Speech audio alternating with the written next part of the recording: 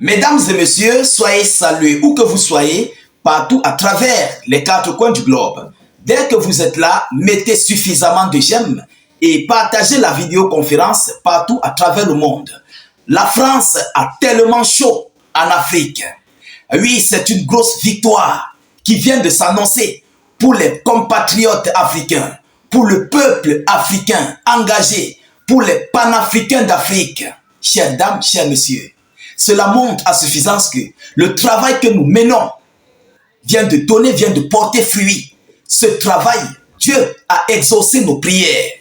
On nous annonce que la France vient de prendre l'initiative de fermer ses bases militaires en Afrique, après de nombreuses plaintes que les Africains ont brandies contre la France, contre les soldats français qui ne cessent de s'ingérer sur les affaires africaines, les affaires des Africains, contre leurs multiples actions terreau et dia dans le Sahel et partout dans l'Afrique.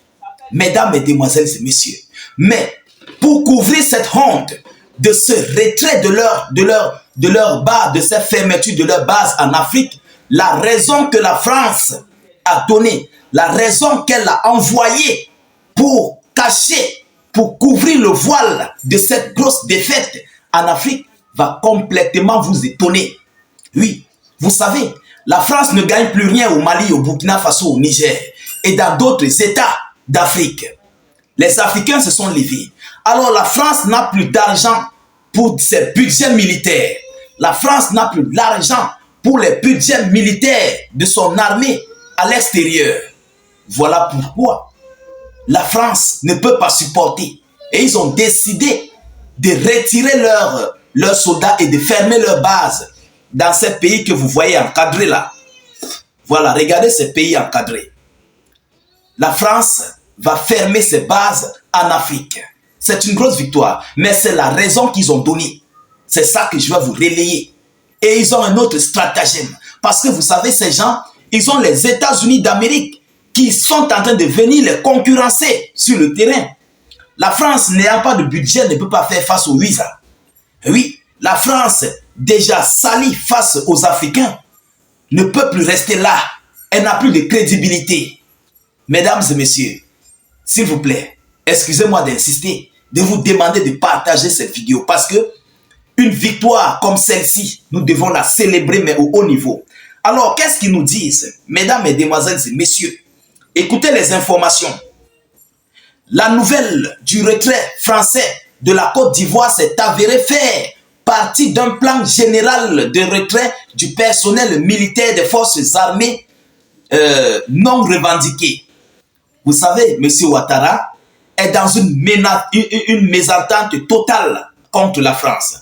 Parce que Ouattara n'a pas rempli ses conditions de faire tomber les pays de l'AES. Et par rapport à cela, la France l'a demandé de ne plus poser une autre candidature. Pour que ses intérêts en Afrique ne soient pas menacés. Voilà pourquoi on demande à M. Ouattara de quitter. Et M. Ouattara avait demandé à la France de retirer sa base militaire sur son territoire. Et Manou ayant vu cela, il y a un conseil des ministres qui s'est réuni. Il y a des pourparlers. Et ils ont pris l'initiative de retirer toutes leurs bases. Pas seulement en Côte d'Ivoire. On va entrer en profondeur. Mais la raison en fait, vous-même vous allez voir que la France n'a plus rien. Qu'est-ce qu'ils nous disent, mesdames, mesdemoiselles et messieurs? Qu'est-ce qu'ils disent?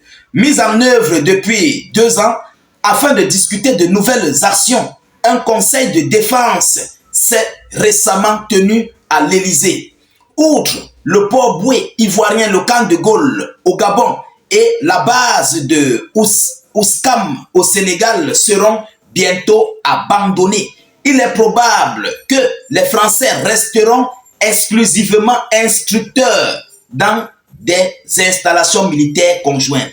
Donc, ils n'auront plus de base, mais ils vont rester instructeurs sur les bases des pays africains qui vont les appeler pour venir former leurs éléments.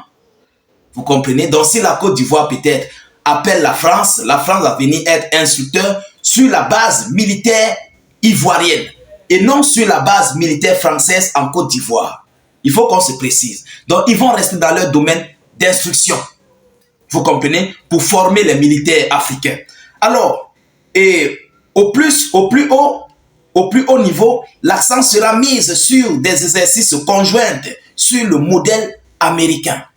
Vous comprenez? Cette dernière est d'ailleurs déjà remplie. Donc, ils ont déjà commencé à le faire.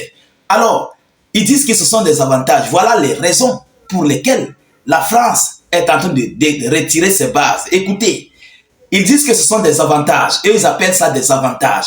Pour masquer leur défaite, en fait, ils ont préféré mettre ça avantage. Des avantages pour les autorités françaises sont évidents. Écoutez les avantages. Une réduction des budgets de défense gonflés. Cela montre que la France n'a plus d'argent.